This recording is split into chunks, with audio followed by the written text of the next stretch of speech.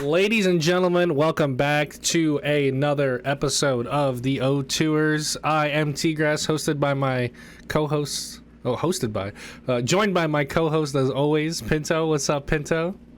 What's up, T-Grass? How's it going? I think this is my first podcast episode with my new mic setup. Do I look fancy? You look like a real streamer. You look like a YouTuber for sure. If anyone has seen my YouTube channel or my streams, first of all, you're goated. Second of all, you've seen this, but this is the O2ers debut of my fancy mic boom. I feel so powerful. Don't this. you? You get the mic and the arm, and you're like, what was that? Chat? What was that? The only flaw is you can see it right now. There's a mute button with a red light right there that is just in my eye at all times. But you know what? We make sacrifices. You're gonna tape that up at some point. I'm sure you'll figure it out. That's smart. I didn't think about that. That's a good idea. Little electrical tape, you'll be good. First thing I want to say, well, congrats on 2K subscribers. I wanted to say that. That's huge. You know, growing a real big community.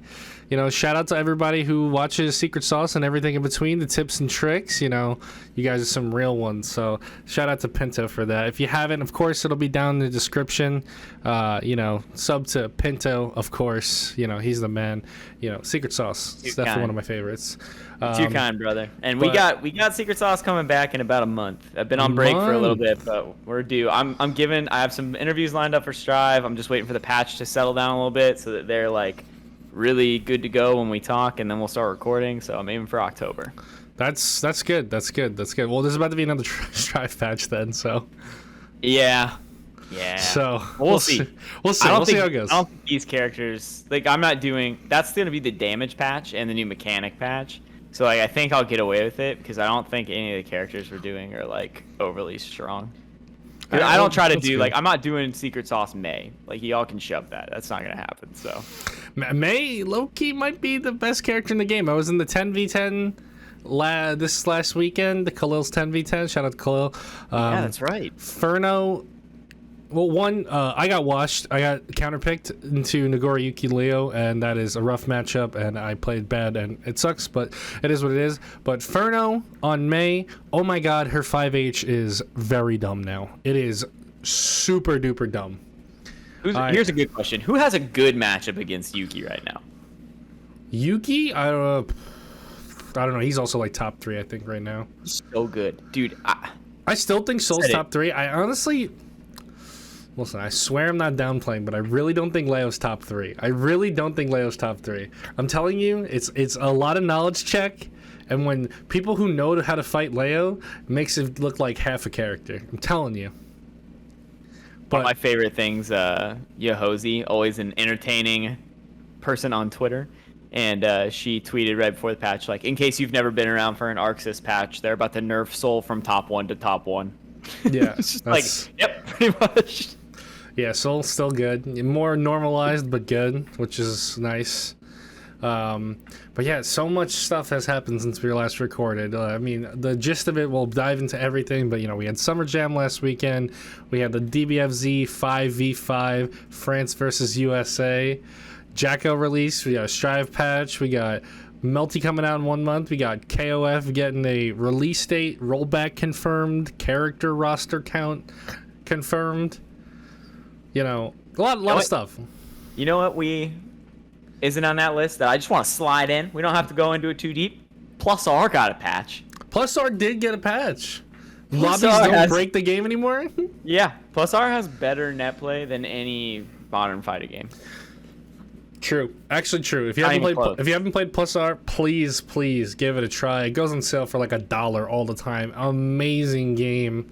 You know, I tweet it out every time I see that it's on sale. I always tweet it out. So I can't remember who it was, but someone, who was it? Was it Novril or was it Krakatoa? I can't remember. Someone who plays Plus R a lot and is also playing Strive did a side-by-side of how fast you get into a game in Plus R compared to how long they take to communicate with the servers in Strive. Like, Plus R gets you like the worldwide player base in 30 seconds. Yeah, it's not even close. It's like so fast to get in all the way, like booting the game and you're in a match before Strive is like halfway up the communicating bar. It's crazy. Yeah, I'm Plus hoping that plays incredible. I hope that changes with Guilty Gear, because the game really does take a long time to start up. It really is a bit ridiculous, but nevertheless, we've got a couple things. First thing I want to talk about is Summer Jam, because I was watching a lot over the weekend. K7 winning in Strive, potentially the best Leo so far in the game. Also, at the same time, doing so well at Summer Jam, playing in the bamboo battles, the bamboo invitational in the hotel lobby, because there was no Ethernet port anywhere else, and he got fucking second. That's I was wild. like, Who won? Hotashi, killer. Oh, good right now. Yeah. So good. Hotashi, for real, a killer. Man, there's just so much happening with the game right now. Summer Jam was super cool. Strive was fun to watch. Lord Knight also got top 8. A lot of people. It was a really cool thing because, we haven't had events for a really long time. And although, the world isn't 100% safe, make you keep your mask on, wash your hands, that kind of thing. It was really cool. A lot of people went to their first offline event. And that was really cool. I saw a lot of pictures on Twitter. Saw a lot of people's faces for the first time in like group photos and stuff. So that was just cool to see. A few of my friends that I've been talking to since I started playing Dragon Ball went and they got to hang out together. So that's super cool. Shout out to Transformer and Zenkos. Those are my boys. Hope you guys had a good time over there. Posted pictures. He seemed like he was having a great time. Bro, he's like impersonating you with the surfer vibes and everything. I was like, yo, your face does not match anything I thought of. And he was like, I get that a lot. My dude's got the flow. I love it. He really does. But the other thing from Summer Jam I also really want to talk about is the Dragon Ball Fighters bracket. A Mr. Chris G, taking first place in Dragon Ball Fighters on the newest patch with triple C assist team, which are heavily nerfed now. I'm aware of the triple C assist winning him, but I don't know what the team was. So can you tell me what the triple C assists were? The team was... Oh, man, I can only remember 2 characters off the top of my head. I'm going to try and remember right now. It was Frieza, S. Broly, and... Oh, man, who was his third character? I'm going to have to look that up when we get a second, but I know 2 for sure. Frieza and S. Broly. Can't go win a tournament with S. Broly. I'm trying to get buff, baby. Come on. Listen, man, that's over. You down players, it's over for you guys. You guys are done for. Oh no, dude. Oh, he's so rough right now. Listen, I saw some crazy stuff. He didn't just beat like anybody. He beat legendary Pred. Pred is a really, really, really good player. So let's not talk about how Chris. Pumper Jam played, right? Who else was in that bracket?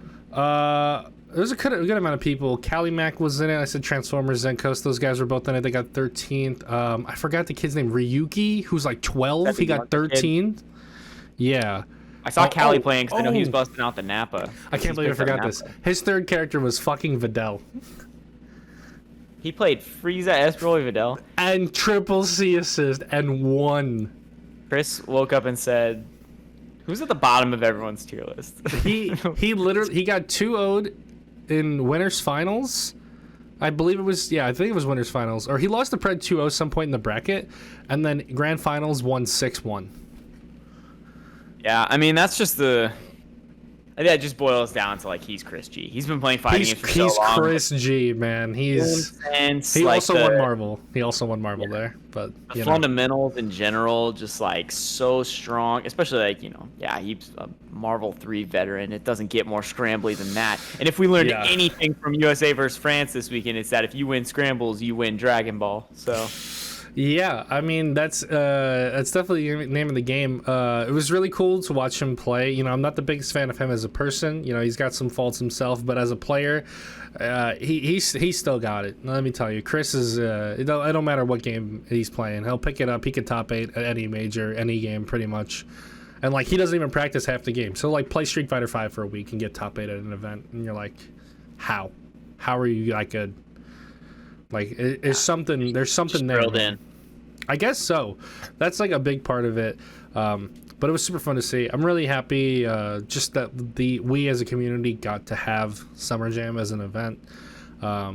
shout out to everybody. I know they're still doing Big E Gaming is doing NEC, and that's in, I believe, November. I think it's in the same spot too. I'm not 100% sure, but I know some people are going to that, and then some people are going to CEO, and then other than that, I think that's all we have for the rest of 2021. But hopefully, fingers crossed. Please, guys, wear a mask, social distance, get vaccinated if you can.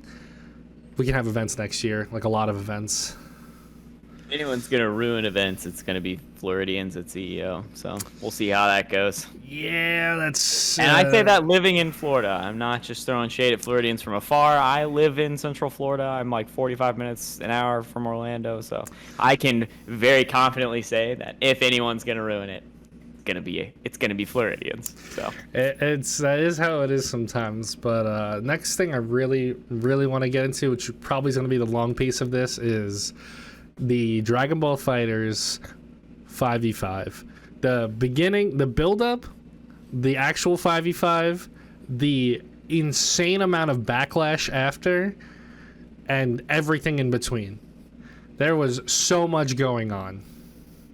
I am so annoyed with all the negativity that people are throwing at this event. I'm so annoyed with it, dude. I am too. So silly. It's like, first of all, it's not the end of the world that France beat the USA. And people who are up in arms about that, like trying to bend over backwards to explain it away, like, you look silly. Like, it was a cool event.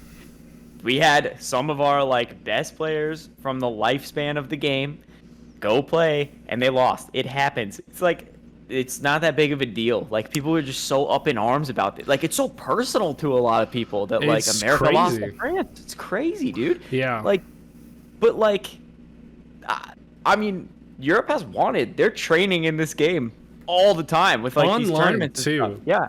Like, all those guys playing wanted. Like, it's not like they are on a break for a long time. Like, they grind this shit, dude. That's like all of their main game. And, like, yeah, I would say, I'd say as a region, I would say that France probably plays Dragon Ball more than the USA does, because the USA has so many players playing so many different games. I mean, not saying they don't, but like we have a lot more players trying to play multiple games at one time.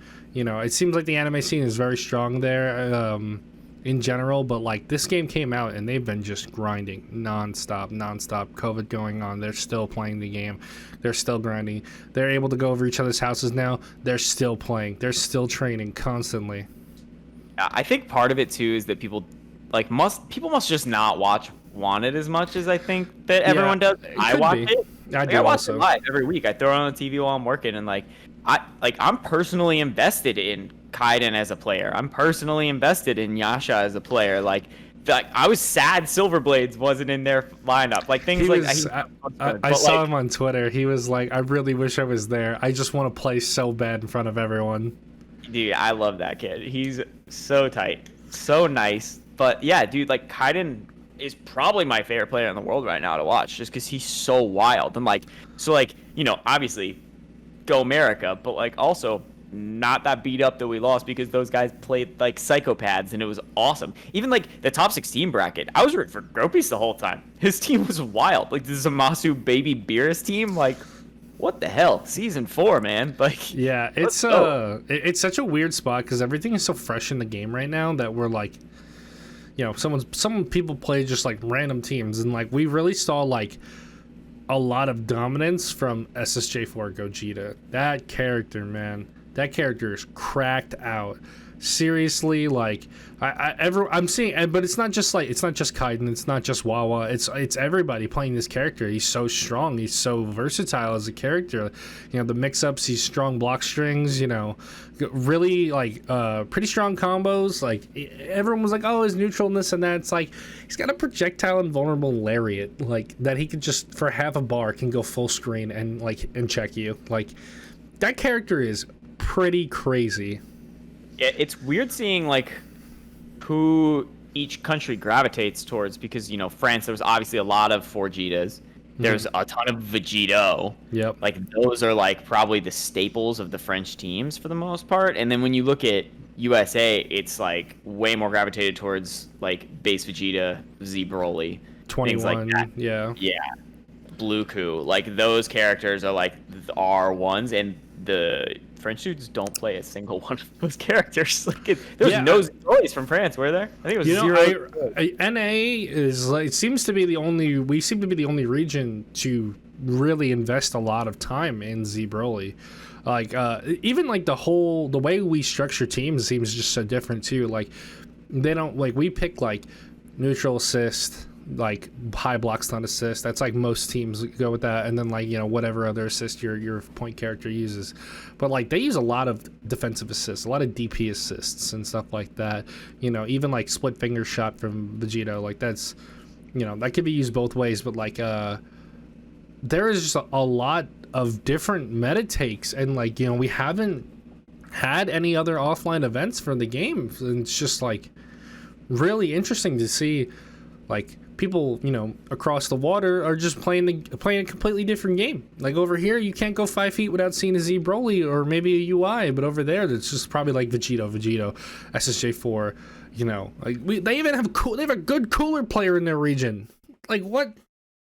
You know what was interesting is that I think that the way like North America's teams historically, obviously, when I finish this sentence, will be very obvious that historically this is the case, but even still, the team is very structured around assist synergy, whereas like the France teams all seem like, you know, they had strong assists, but their synergetic stuff came a lot more through their special tags, because they were using that new mechanic a ton, dude. Yep. So many, like, how many times did you see a Vegito EX kick into like someone getting tagged in, DRing for a knockdown, and then going through their DHCs? Like that happened so many times, especially when 17 was on the team. That happened a ton. Like it's just a safe way to bring people in.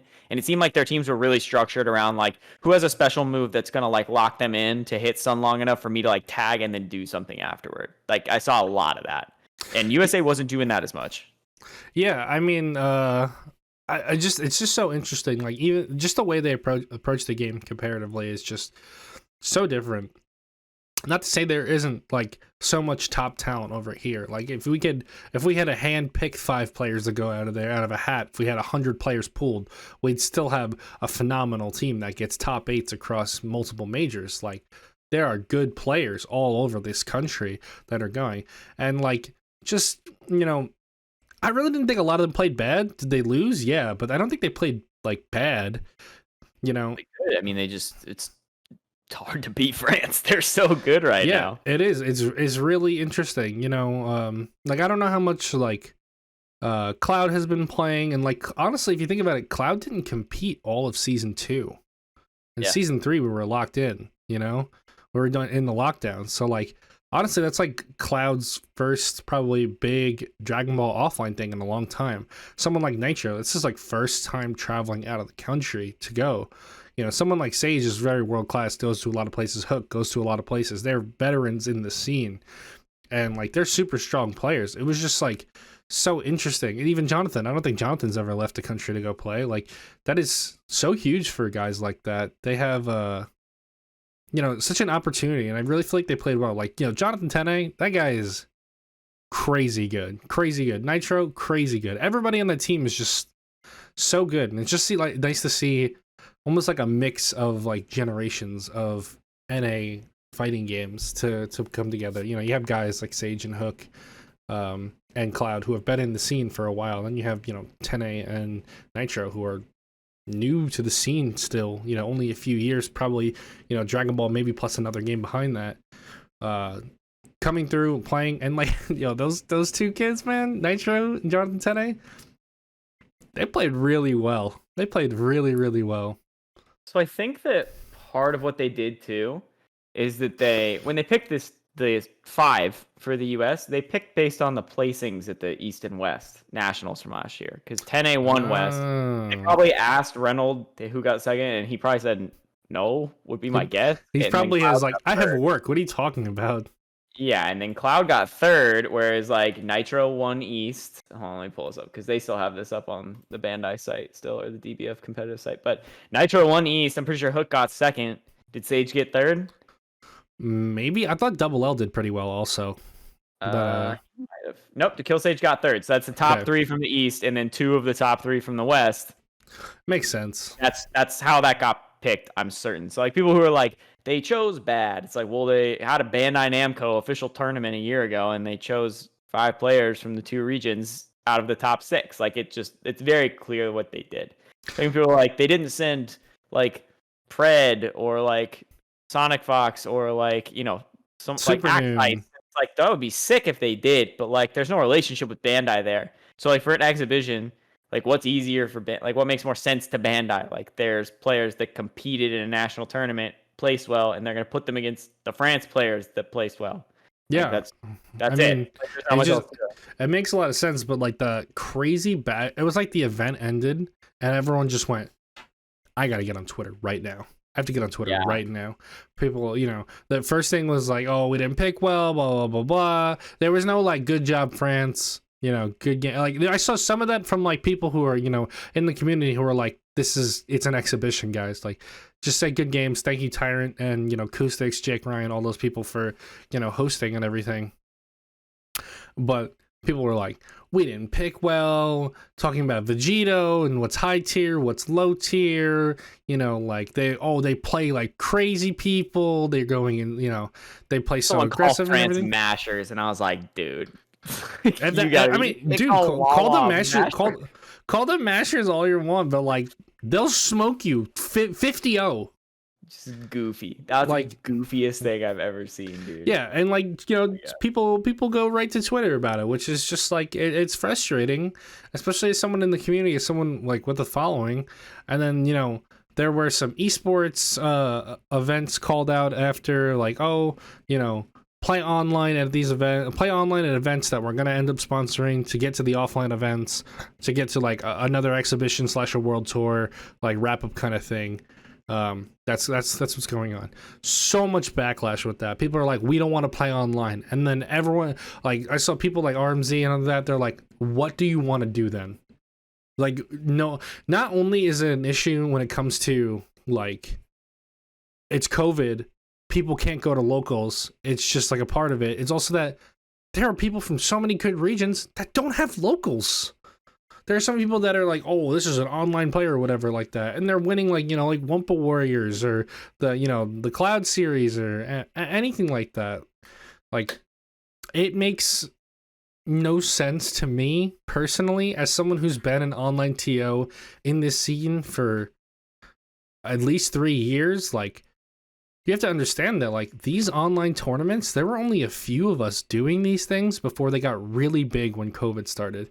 Like, people like me, I was running online tournaments before COVID was a thing, before we knew what that was, way before, at least a year before. Like me, Nagata Lock, Anti-Venom, all these people were running online tournaments while everyone else was like, offline, online sucks, blah, blah, blah, blah. And then you saw the rise of all these players throughout the last year in COVID. You had the Box Fan Heroes, the Mamba Lambas, the Ryukis, all of these players who just came out of just nowhere from playing online. And, people were like, oh, online's not real, blah, blah, blah. Well, that kid Ryuki went to Summer Jam and got 13th. So you can hold that, honestly. Like, these people are real players. I understand the frustration with having to play online, but at the same time, like, they're not going to cross the line of saying, like, you have to go do something that's risky for your health. And, like you're saying, like, it gives everyone a chance. Like, there's just compromises that have to be made at certain points. But, like, then, I just can't imagine being, like, the part that gets me so bad is that, like, Bandai doesn't see all this shit. Like, they don't. Tyrant and Damascus see all this. They're working their asses off on this stuff, and everyone is just so miserably upset. And you know what? Like, if I obviously I don't see like what France does or like what the UK does for the most part with this kind of stuff. I only really see like what America does. But like, if we keep treating it that way, like, don't expect to win any 5v5s in the future. Like, if we're gonna freak out every time like we have a chance to play the game, because the France dudes are jumping on that. And like, I understand like it's different because like America's really big and like the internet connections are way more unstable for like longer periods. Like, I get it, I fully get it, but like, you can't just throw flack at all the stuff Damascus and Tyrant are doing, or they're gonna stop doing it for us because we look ungrateful as shit every time.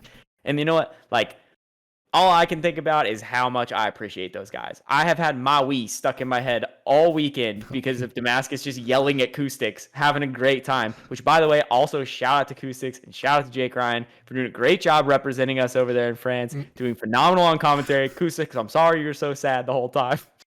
But I was thoroughly entertained. I felt everything Acoustics felt. I was living vicariously through my dude. Jake Ryan, I heard his voice go away because he was getting so hyped. I heard it over time fade into nothing. Yeah. That man ground his vocal cords to dust, just having a blast this weekend. Shouts to them. Shouts to Tyrant and Damascus for doing their thing. Maui, so much fun. Loved watching it. Yeah. Thank you guys. It was great. Like during set 1 when they had 10A on anchor, and every time he was like getting a big hit, just going Jonathan. That's all he could say was Jonathan. It's just like Jonathan 10A, like screaming at the top of his lungs. And just like, I love that. It's things you miss, right? You know, it's one thing to have online tournaments, which is one thing, but having 2 casters directly sitting next to each other, casting an event, even just that much can make things so differently.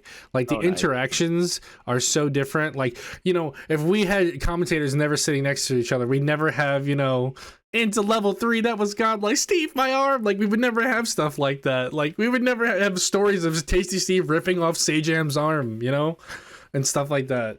Like their bench too, like people coming and going from the bench was like so nice. Like, you know, like when Damascus wasn't on the mic and he'd like come back and just be like, go France, and they're like walk away, you know, like, or like whoever just won would come chat for a second and then leave. Like those little things are so nice. Also, if you really want to gauge if an event was good or not, everyone who's complained about it, I haven't seen one single person who went to the event complain about it. They've all been praising it up the ass. They got all their Kinder facts. The Kinder Buenos. They had so much fun at the after party. All our American representatives seemed like they were treated wonderfully and had a great time and like played the game nonstop. I heard someone say like, I don't like Hook was fighting someone and one of the commentators was like, oh, I don't think they fought yet. And someone else was like, no, they went for 20 rounds last night straight. Just like, dude, that's it. Like that's a good event. They're all hanging out, playing the game, having a blast. Like no American came back salty. No one hopped online and was like, those Frenchies were mashing on me. Like, that didn't happen. Like, Nitro defended the event on Twitter. I saw him straight up say, like, hey, bum, let it go at one point. Like, they had fun. Yeah, they had a great time. The people on Twitter saying, like, the only thing was good about this event is that it ran on time. It's just like, man, fuck you.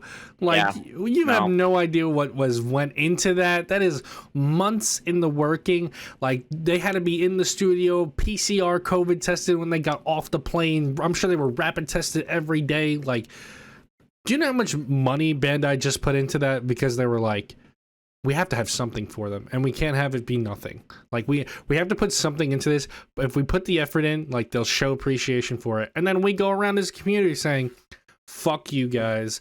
This is a terrible pick. I would have picked, you know, my best friend, Jimmy Bo Bob. He got third at the local one time, and I would have picked, you know, Reynolds and everyone in between. You know, just like, dude, shut up. Shut up. No one cares. I don't care what your opinion is. We're lucky enough to have this event, to have 5 fantastic players from 2 countries come through and play. It's just, you know how rare that is now. Like, I'll watch that exact same 5v5 every weekend for the rest of my life if they run it straight up.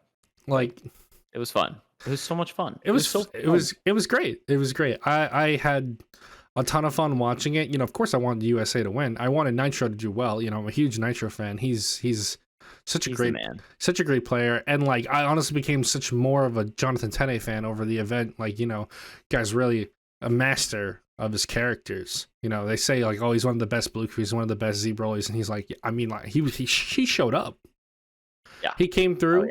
He did his bombos. He did all his loops. You know, he did it all, and it was so cool to see that, and also just to see this new patch played offline at such a high level, a consistent high level. It's the difference between going to a local and watching grand finals. We get to watch 10 players that are world class play this brand new patch, and they've had a little bit of time to sit on it too. Like there wasn't like the day of the patch came out and they were figuring it out. Like they had time to sit down and play it, and it was just awesome to see. But I did have this funny moment in the back of my head where like everyone's talking about the 5v5, and I feel like Goichi and Fenrich are just like sitting on the couch like, yeah, I'd wax all these motherfuckers.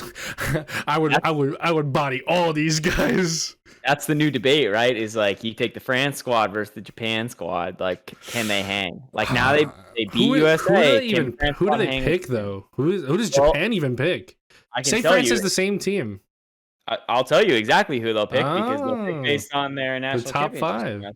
So give me 1 second. Well, we're definitely gonna have Goichi. You're definitely gonna have Fenrich. Kazunoko.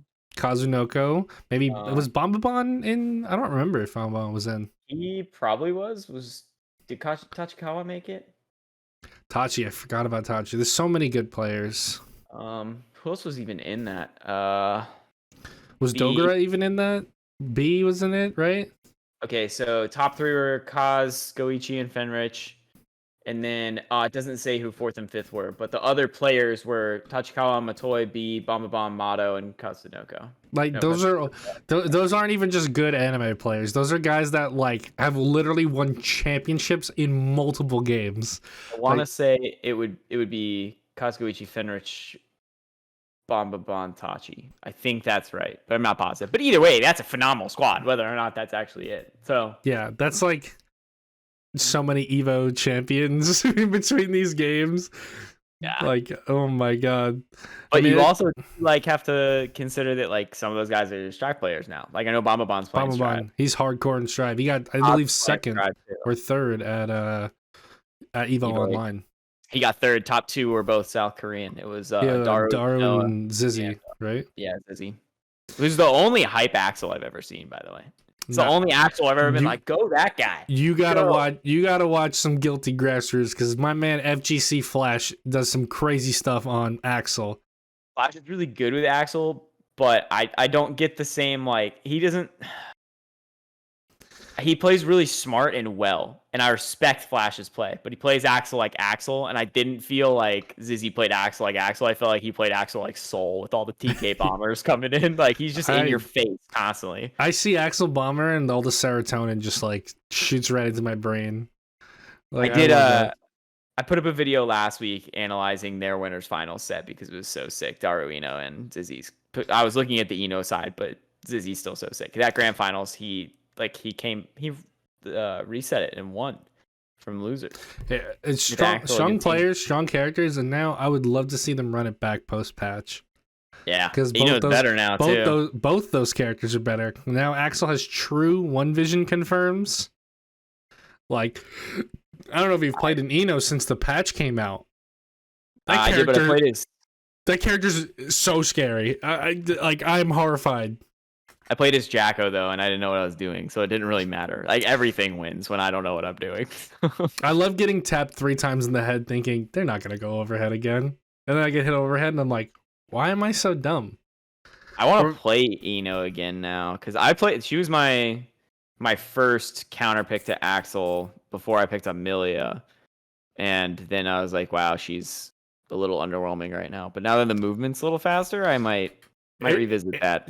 There's a lot of stuff that I feel like is not reactable, or at least I'm not reacting to it. And thank God my character is a flash kick, because man, sometimes that is God's only way to get me out of there. Be nice. Have a reversal. Yeah, I did a reversal super with Jacko J, and I was like, that's what that feels like. You're like, wow, that's so cool. I mean, you act like Zato needs it. I would not mind a reversal of some sort. I would mind if he got it. His offense is insane. I love getting burst proof comboed from full screen. Just, fucking clap snap frog hitting me. Eddie's clapping his hands too. Oh, I'm like, and we're eating now. Did you see the new unsummon pressure route? I haven't. I've seen only. Buddy, you can unsummon mid frog, and it still does the whole frog, and then unsummons. Like he's already unsummoned, and I can act by the time frog is over. Man, that character is crazy. That character is actually we're in a good legit. Spot right now. We're in a good spot. Zato is like the true glass cannon of the game. There's Chip, there's Milia, but they still have some stuff they can do in defense. Zato is like, if you kill Eddie and you hit Zato, he has 0 guts. He has nothing. He's holding that to the bank. Like, he's not even a full character without Eddie, so Yeah, it's bad time. it's a bad Definitely don't want time. to get But hit. when you're sitting full screen, 2H, frog, blah blah blah, all that.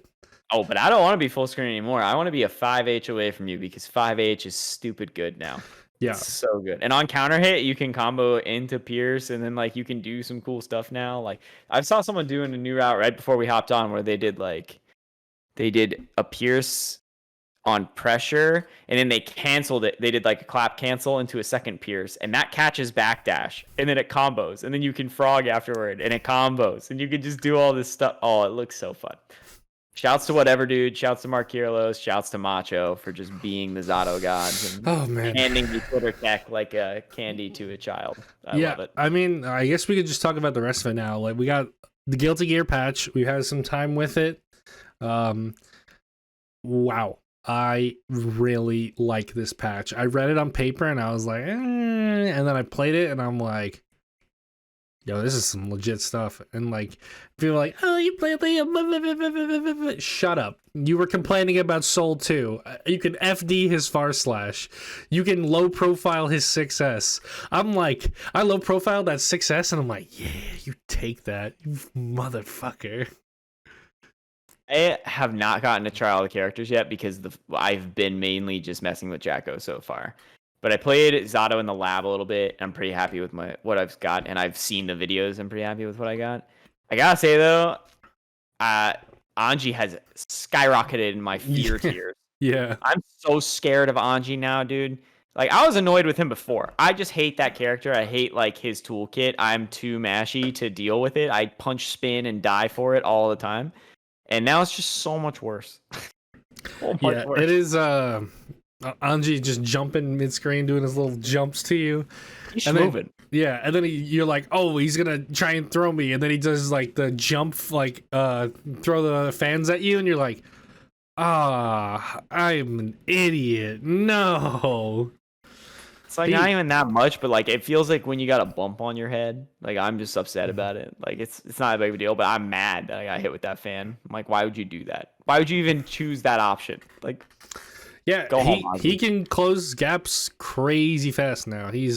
I wouldn't say he's like the best character in the game, but like he has shot himself up from bottom 2 to like top 10 at least, top 7 maybe. Today. I fought a Faust today with Jacko, and Faust felt much scarier. They were scarecrowing me a lot more often than I've ever seen a Faust do that before. I think I dropped a ton of floors today playing Jacko because I was just like, I've been in the lab for 30 minutes. Let's try it. And that was a bad choice. And so I think this was on floor 9 on my way down. But this Faust he was scarecrowing me into oblivion, dude. Oblivion. I feel like they wouldn't even bother with Scarecrow before. Yeah, a lot of it had like so many defensive countermeasures too. Like I'm sure there's still stuff now, but I really like that they didn't really nerf things. They didn't. They actually went through a patch and they were like, hey, this is gonna be like 99% buffs, and they were like, yo, this is 99% buffs. Look, like we said we were gonna do this, we did it. They buff nerfed Soul SDP. It's longer now, but it means there's more recovery if you block it or he whiffs that you can punish, which is awesome. 4S, a little nerfed. 6S, a little nerfed. But he still has all his damage. He's still Soul. You still get like counter hit Fafnir and you still want to cry. That's just part of the character. But Mei is also a psycho character. They took away her 2S and made it her 5H, and now she doesn't do as much off command throws, but if she counter hits you with like 5H, you should just put the controller down. The round's over. She'll do 70 off that, especially if you're near the corner. Just 5H Dolphin, 5H Dolphin, 5H Dolphin, and you're like, wow, I'm having a really good time here. I really am. You're so stupid. I'm not a fan of Mei. Like when I was talking to you over the weekend, like someone like Flash, who's been and played a lot of Guilty Gear for he said like almost 20 years. He's like, the thing about Mei was that she was always like this and always did a bunch of damage, but her neutral always sucked. And now they gave her really good neutral. And now she's just like way too much. I have the Romanova Anti-Mei Coalition shirt, and I wear it often. People get confused because people in my daily life don't know anything about Guilty Gear, and I just have a shirt with a dolphin crossed out on it, and they're like, we live at the beach, like, like dolphins. She's like, no, I don't. I hate them. But the patch was awesome. Jacko came out, looks like a real character. I was just before we got on the podcast, I was playing Tower. I hit my Heaven promos twice. When I went into Heaven, I saw 100 million Jackos, and I was like, man, this character's got to be good. I haven't yet to play one, but I've watched some gameplay. The character looks really good, different from Xrd Jacko for sure. But I really, really like what they did with her. She's like, she has like some Venom type things with like, kicking the minions and setting them up, like a little bit of that, but she still feels like Jacko, and which is like cool. Yeah, I came into her with the mindset that she would feel Venomy, and she has elements of that, but she also doesn't, because like you can't really just like set up minions full screen. Right. And then like launch them in, because they just get swatted a lot of the time. Like they're really squishy. They just need to get tapped and they go away. So unless you're like prepped for it and you do the parry thing, that is weird. It's an adjustment to coming from Zato to not be able to move while my minions are doing things. Like I'm locked into an animation while they do stuff. Like that's an adjustment. I found that my best thing to do. Also, her frame data up close isn't very good. She's like very punishable a lot of the time, so setting up the minions can be hard. But so far what I've done is I try to get a knockdown, get a minion out, like put it on the other side of them if I can, and then like jump, make them block, and then from there like I try to do something. And that seems to be the game plan. I would say like if I would change one thing about her, I wish she had a way like an equivalent to like what Venom's Stinger Aim or Carcass Raid is, where he like doesn't set the ball, he just launches it from a charge move. He just like hits a ball across the screen and that's it. Like I wish she could do that. Like she could just like if the boot had an option where you just kicked a minion at them and then the minion immediately went away. Like you didn't get the reward for like finding time to place one, but you could just launch it as a neutral tool. Like I think that would be nice, but then she would be pretty much a zoner at that point. Like it would be a pain in the ass to fight her. So I understand why they didn't do that. I think it's just fun. Shooting up launching the ball with the ball, yeah. That's fun. I feel like it's so interesting how they've gone about characters that can traditionally play very far back and made them characters that like they have tools to play far back, but like they also have to get in your face to do big damage, which I think is super cool. Like, the Jacko with the whole minions, like they don't want you to set it up full screen. They want you to do some minion combo close up and bounce them off the wall and all that. Same thing with Axel. Like they want you to close slash TK bomber someone because that's where you get your big damage from. Like you can Ren send people full screen and get good damage, but you're going to hit them 10, 15 times. But, if you're doing 5k TK bomber, you're getting like 4 Ren sends out of that. Like I really love how like Guilty Gear is just like, hey, there are zoners in this game, but they don't really get to be zoners. You know what I mean? They're like, we got danger calls and all this stuff and all these characters that'll rush you down and do all this crazy stuff. So like, you can zone, but only sometimes. You might not want to.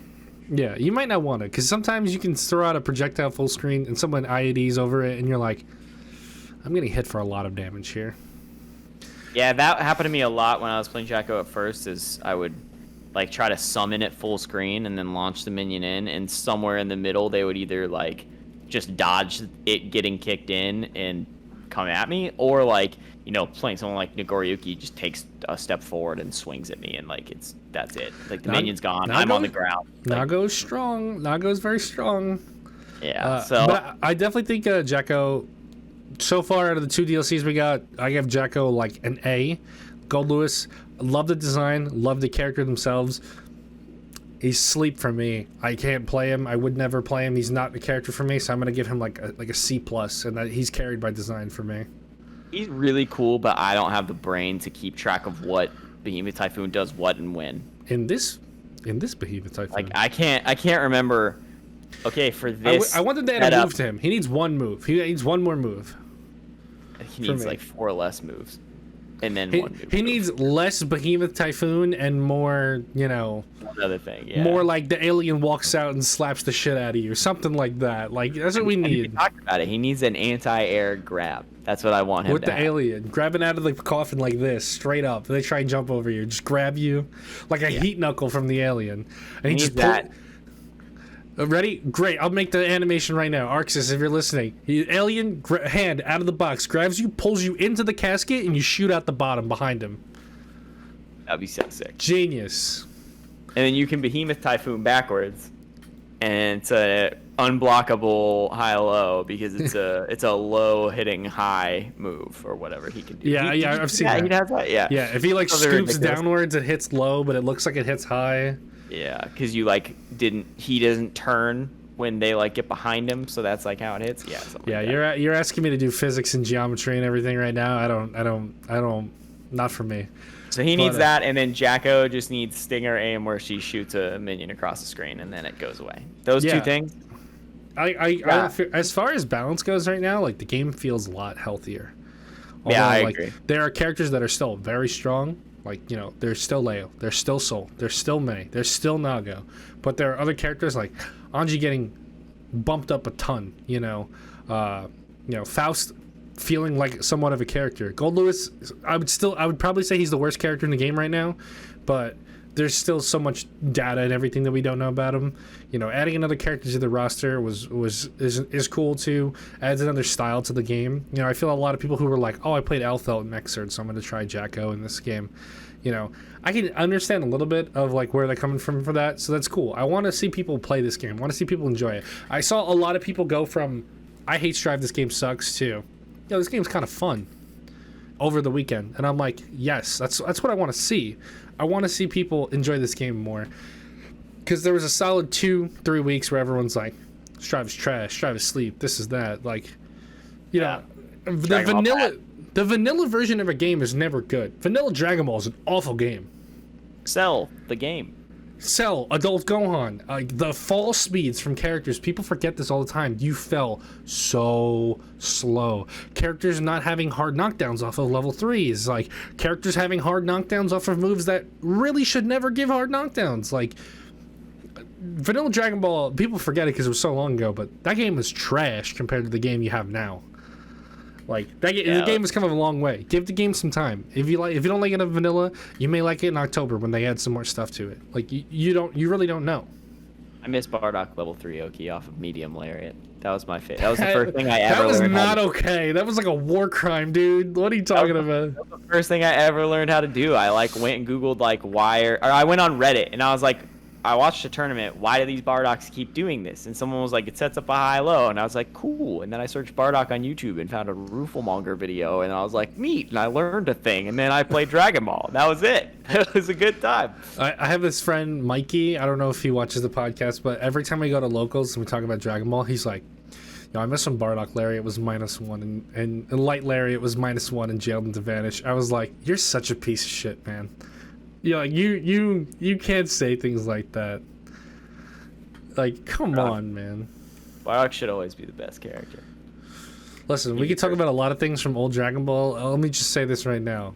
The character Blue Crew was barely even in the game on launch. He was horrendous. That character... Terrible. Yeah, horrible characters, Like, but they came up. They made their time in the light, a little bit.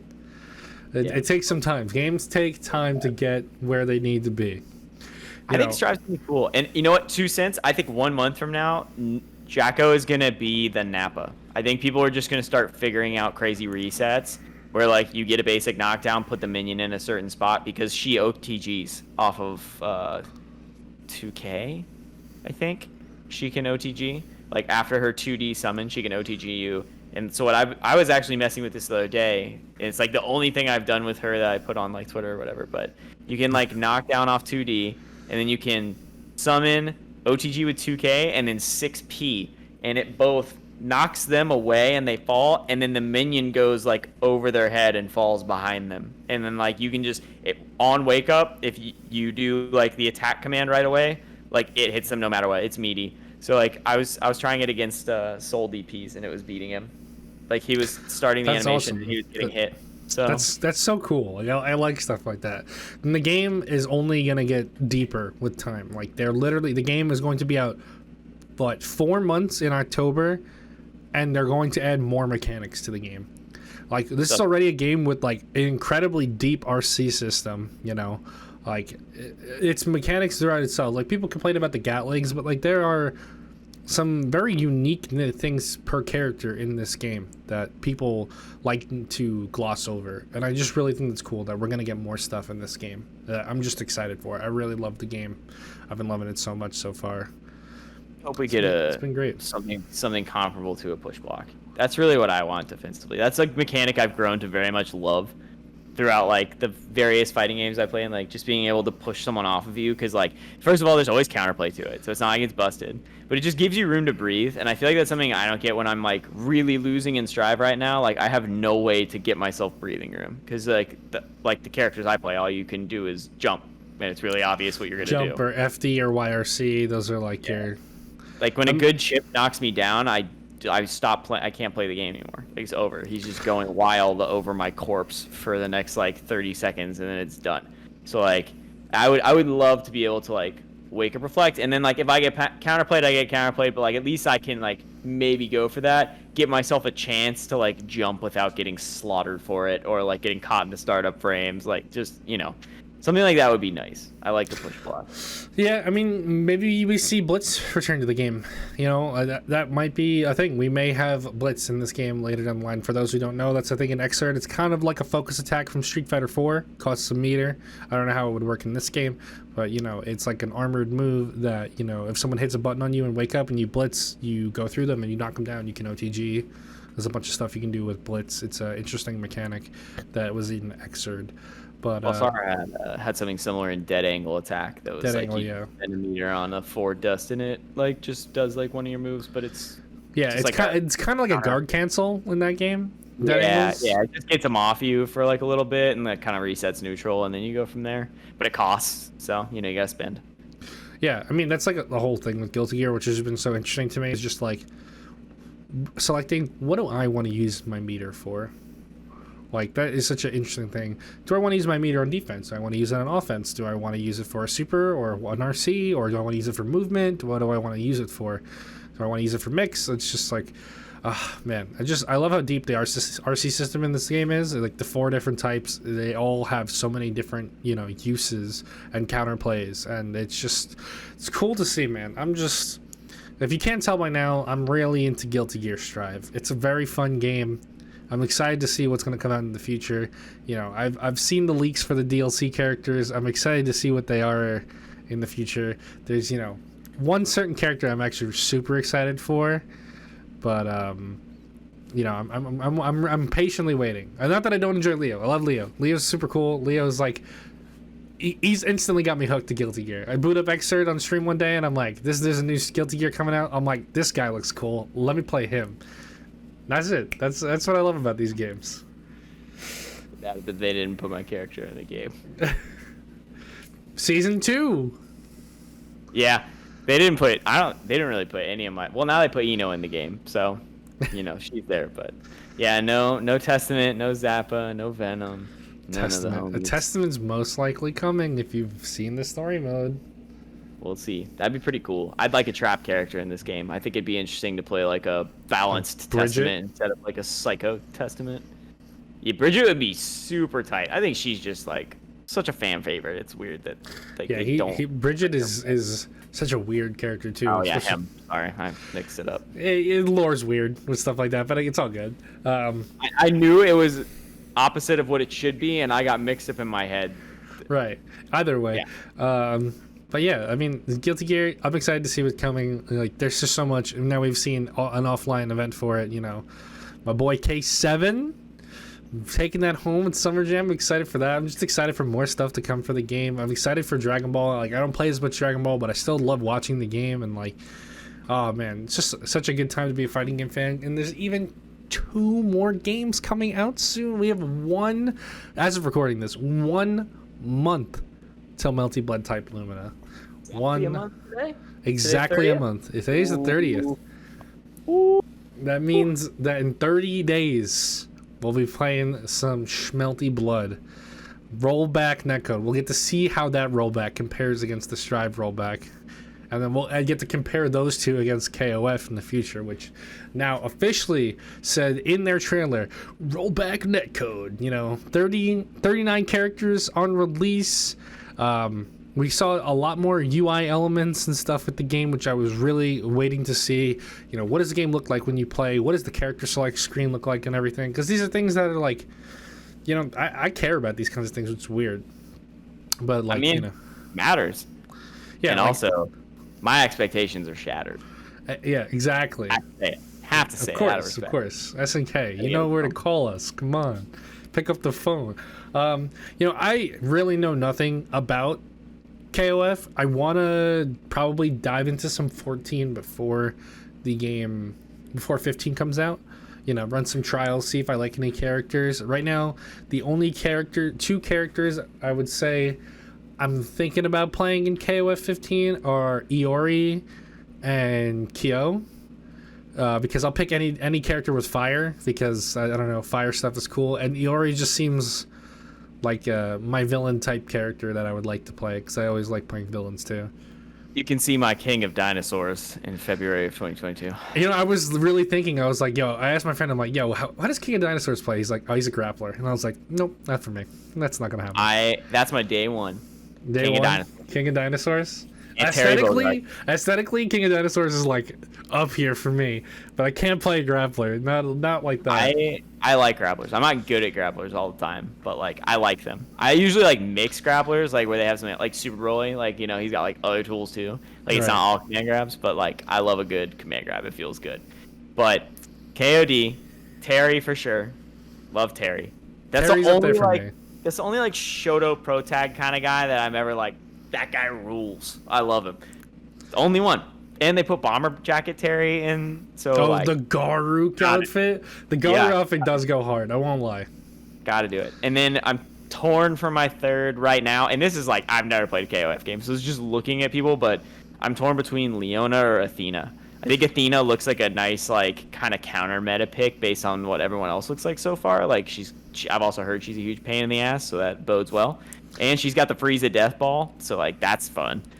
And then Leona just looks sick. So it's gonna be some version of that, but definitely KOD and Terry on the squad. Yeah, I'm hoping somewhere down the line in that game they add Geese. I think Geese is such a sick character. I think Tekken made me like Geese a lot more than I did from watching like old KOF stuff or CVS or anything. Geese, maybe Rock Howard. Even though we have Terry, I'm always cool with Rock. Rock's cool in my book, but Geese. If I could pick a team right now and Geese was in the game, I'd pick Geese, Iori, Kyo, and I have no idea how you even pick teams in that game. But I'm excited to try it.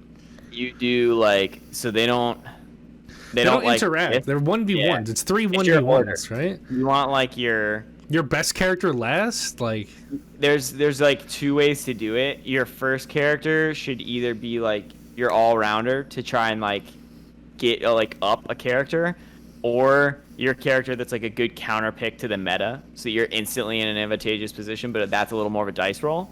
And then your mid character I think is like your weirdest one, and then your anchor is like your best character. Like it's kind of like Dragon Ball style without worrying about assists. Like you want your anchor to be like your all reliable. That's your base coup. Right. That's my Goku Black. I got you. Yeah, that's the one you have the most faith in. Like you're not gonna be shaken up when you're down to them. And then then you just fight. I really think it'd be cool. I don't know what her name is, and I only know this because I have O2. I have literally never played it, but I have it, and I watched some top 8s to get a feel for it. I hope to put the Ice Skates girl from O2 and probably other games into. Ice Skates. She just like is on ice skates, so she moves faster, and like ice is her gimmick. And I just think that's a cool like movement thing to just be fast and on ice skates. Like that sounds cool. Do it. I just picture Colin in my head, kind of like from Street Fighter. Colin. I think she's a little cutesier than Colin is. Well, like, how she like skates in the ground. Colin. No, does she? I don't play Street Fighter, so I don't know anything. Oh, okay. Well, she does. Colin is the ice character in that game. Well, one of the ice characters. You also have. Oh my God, what's his name? Gil. I got it, guys. Gil. If you're ready to type a comment, Gil. I got it. Don't worry. Ula Diamond is her name. I Yeah, you think got there's me. also someone named Candy Diamond. I don't know if that's also a fighter or if that's like a sister. I have. It's going right over my head, man. Oh yeah, that's someone that Kula summons. But yeah, Kula Diamond. Yeah, she just ice skates. Yeah, she's the anti K-Dash apparently. Her fighting style is primarily based on K-Dashes, and she like does some stuff that's similar, but she has ice-based powers, and she uses her ice skates, which are able to cut easily through flesh. Thanks, SNK Fandom Wiki. That's good to know. So, Yeah, I definitely want to. I might buy maybe KOF. What, O2? That one has rollback, right? O2UM is on Steam. It's always like $5, and it has rollback. Yeah. If you wanna learn that, I'll play it with you. All right, we can give that a try. We can give that a try. Yeah. I'm down to do that because I feel like if I play 14, I'm gonna be like, wow, this game is so ugly and I can't get over it. You know, maybe we can play it and we can give a little review for a segment on the podcast. Give an O2 or a 14 review. O2. I'm not buying 14. I already have Okay. I can't learn more games. I have 13. I've played it like a few times with friends. I would just pick Terry and burn Knuckle full screen, you know? This always pops in my head, but it's a Smash thing, not a KOF thing. But just jab, power dunk. Was that Ludwig's thing? Who was that? Who was playing Terry forever? And they made jab, power dunk shirts. I was like, that's sick. I can't remember the guy's name who plays like all the FGC style characters in Smash, but I know there's guys like that. You know, it's even cooler to think about. Smash Summit was also this weekend. Smash Ultimate Summit. And I believe I heard Void did pretty good. Void, I think, got 5th or 4th, I think. Yeah. Kazuya player, Riddles got 9th. It was cool to watch. Kazuya looks like a demon in Smash Bros.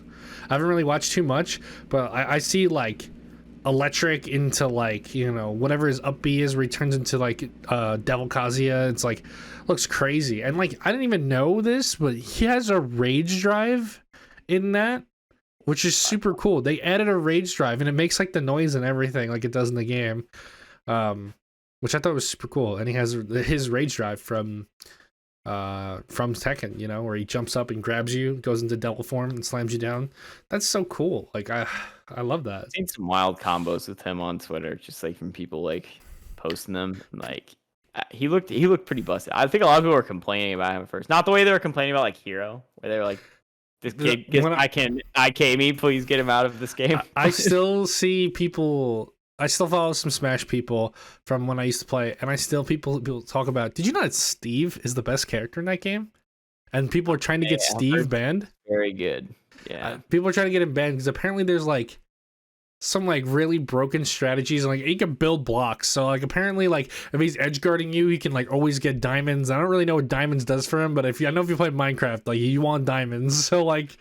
Tried to play Steve when he dropped because my stepson plays Smash a lot and he just thinks it's fun, and so like we always buy the DLC packs and we just like try the new characters when they come out, and we played Steve and I was like, I don't know what to do with this character at all. I don't know. I've never played Minecraft. Like I don't know what he does. Like he has a minecart that he rides in, and I was like, that's neat. And then there's like a whole crafting table. Wait, you never played Minecraft?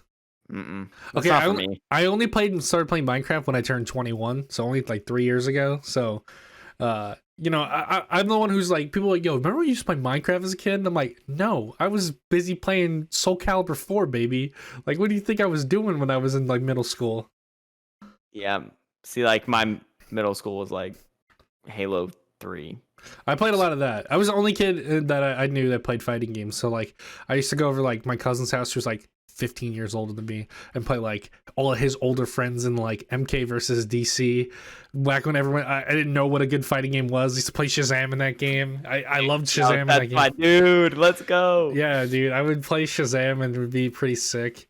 Man, there's just we got to do a segment talking about like fighting games through our lives. I think we got to do that maybe next time. I'm down for it. That would be fun, because I honestly didn't notice until I got so heavily invested in the scene how much like at some point in my life I'm always playing a fighting game, and I was always something like that for me. I always did, but they were always like trash until I learned more. Because like I hated. I bought Marvel vs. Capcom 3 on release and I hated it. I was I like, never this game played sucks. Marvel. I was so mad. Going back, like that's a game I wish I played. My movie theater growing up had 2, and I would play in it, and I would just pick Venom because I like Venom a lot, and I would just goof around, but I didn't like know what I was doing. Like I didn't understand anything. Like I wasn't like an arcade cabinet kid. I'd see like the 6 buttons and be like, just whack them. Like, and then I like in college, Marvel 3 came out, and I was like, hell yeah, Marvel fighting game, let's go. Like MCU was like we had just hit like Avengers 1. And I was like, let's go. Marvel vs. Capcom. I don't like Capcom games that much. I don't know what this is, but like Ghost Riders and this shit, let's roll. And I put it in and I played it for like an hour, and I was like, I do not like this game one bit. I don't understand what's going on. I don't understand how to call assists. I can't hit them. Like, what's happening? Like, I try arcade mode, and like I get to the end, and like, was it Giant Galactus? Like Galactus? Yeah, it would just like slap me, and I was like, "This is dumb." And I put it on my shelf, my Xbox 360 shelf, and I didn't touch it for 5 years. That's so great, man.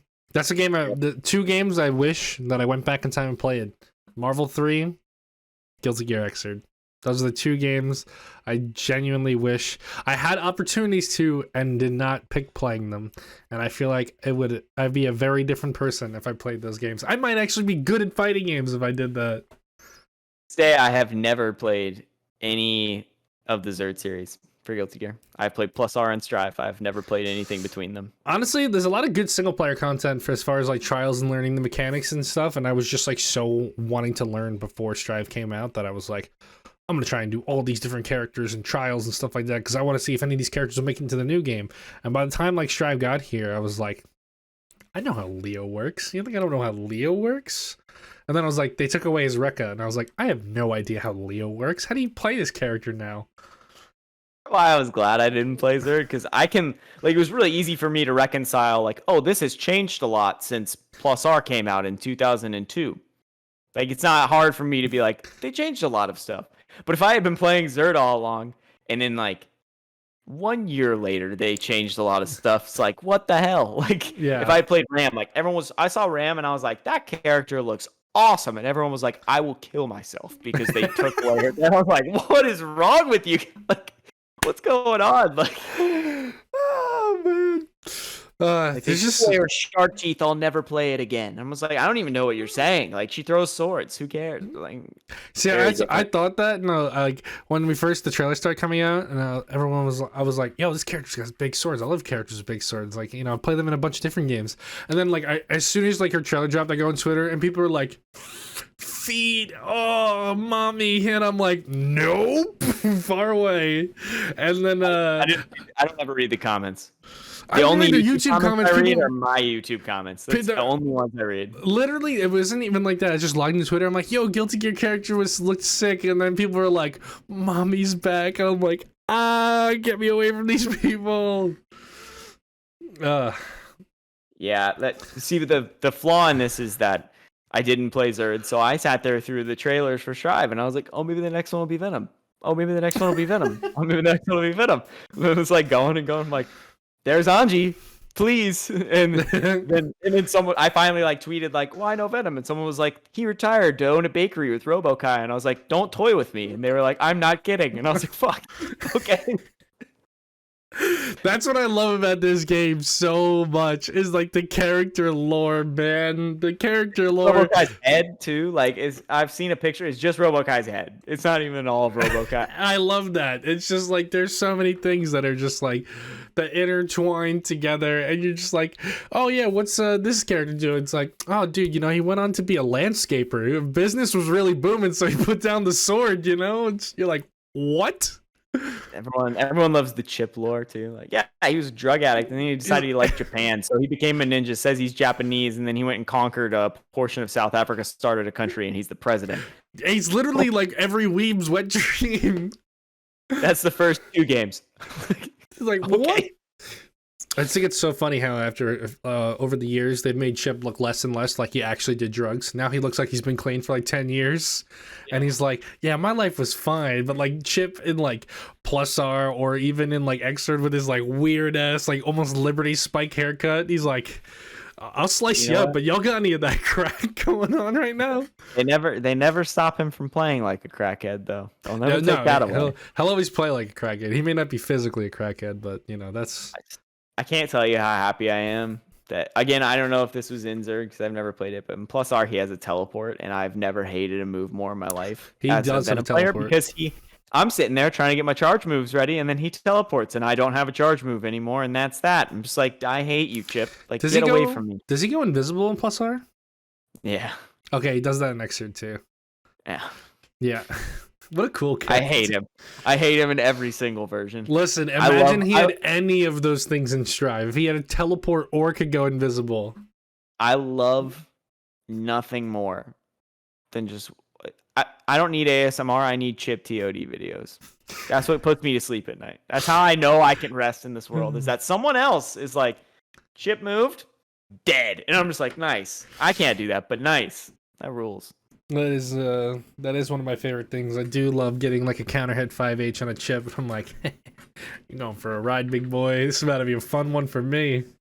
So happy they nerfed his J2K, dude. My last local I went to, the dude, bless him, he's the nicest guy, but he plays like 4 or 5 characters. Like, I can tell like he just plays the game a lot and just like understands him a lot. His main is Ram, and he decided like the last 2 tournaments that he was just gonna play Chip. He was like learning him, and I swear to God, he literally just J2K'd me over and makes me over and over and over. And I mean, over at least you can like, 6P that now. Your 6P is better, and his J2K is also worse. Yeah. I've tried with Zato. I tried with Milia. Him and I played something like 20 games before the bracket started, just to like practice and warm up and chat and stuff. And I won 1 game of our 20 games, and he was not playing Chip in that game. So it'd be like that, man.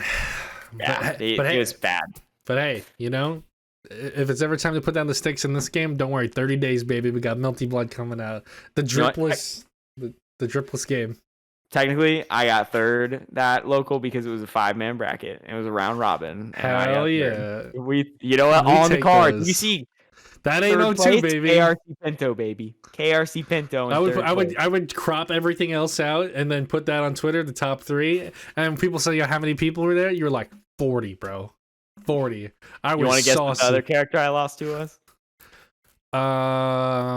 The other character you lost to was Axel. Not Axel. Good guess. Great guess. Soul? No. There's no souls in my local. That must be nice. It's very Yuki heavy. But the Yukis weren't there that night either. Wasn't Axel, wasn't Soul. May? Attaboy. It was May. God, slaughter. God damn it. Fucking SeaWorld. He's the nicest guy in the world, too. He's just like, I hit H. And I'm just like, dude.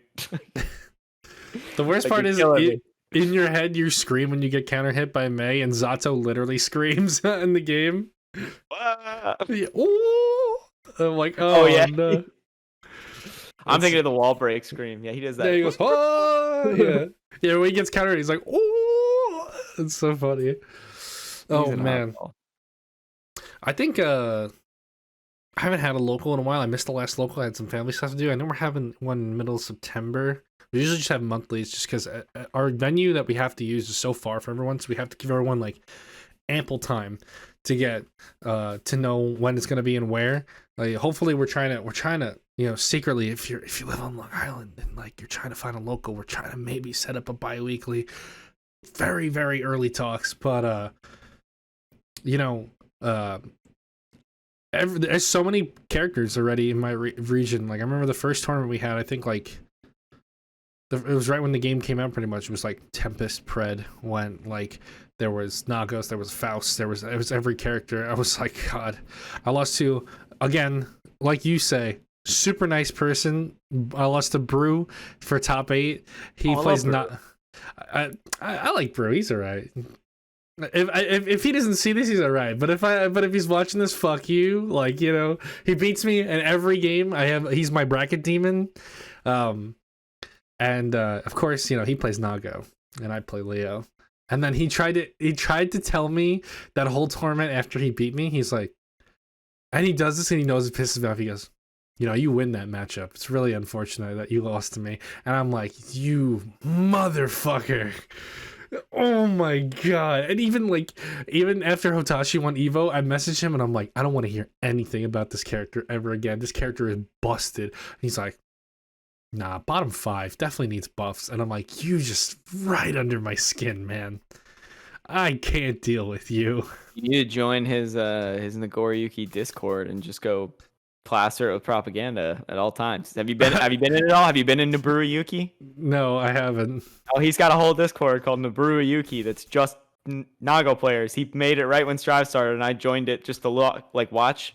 And I think I've left it now because I don't play Nago. But he had a little crew in there for a while. These Nago players, as Asa says, every tournament we see a Nago in, that character is a magician. He hits you once and your health bar disappears. That's his most famous trick. I can't get touched. None of my characters can get touched by him, or it's over. The second he hits me, I'm just like. But of course, he covers the whole screen. The screen's so small. He just makes me realize how small the screen is. Screen's a little small. Stages are a little small. You're almost always near the corner. Yeah, there's just nowhere to hide. There's nowhere to hide. They need to make Zato like Magneto. He can fly all the way to the top of the screen and fly back and forth. I'd be happy. Oh man. But we got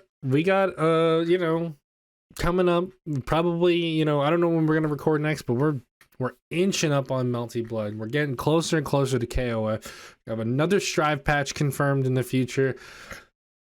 We got a lot of stuff coming up. We got, also NEC potentially in the future, CEO also in the future. There's just so much going on in the scene. It's just like, I'm excited. I'm so excited.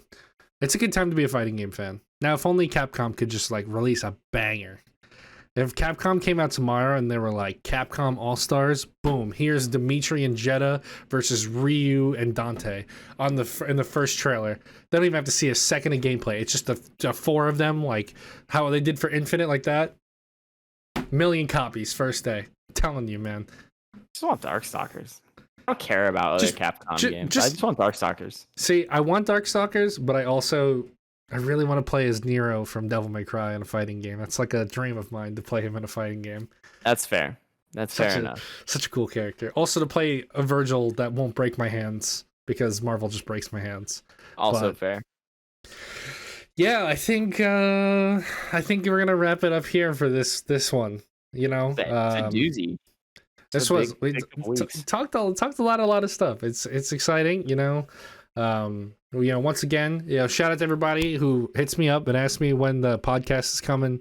The support is appreciated. We're still looking into getting more episodes on other services. These things cost money. They take time. We're trying to figure everything out. What's the best bang for our buck and all that. So just be patient with us. For now, YouTube's pretty good. I watch all my podcasts on YouTube if I can. I'm just saying that's just how I am. But, not everybody's like that. But I get that. But yeah, be patient with us. Subscribe to the channel. Drop a like if you made it this far. Comment down below what your favorite part of today's episode was. Make sure you're subscribing to my boy Pinto. Thank you as always for coming on here with me. Hope you have a great rest of your week / whatever day or whenever you're watching this. Pinto, any final words for the people? Catch y'all next time. We'll catch y'all next time. Have a great one, everybody, and peace. Body's bullshit's blazing, still my heart is blazing. If the word can't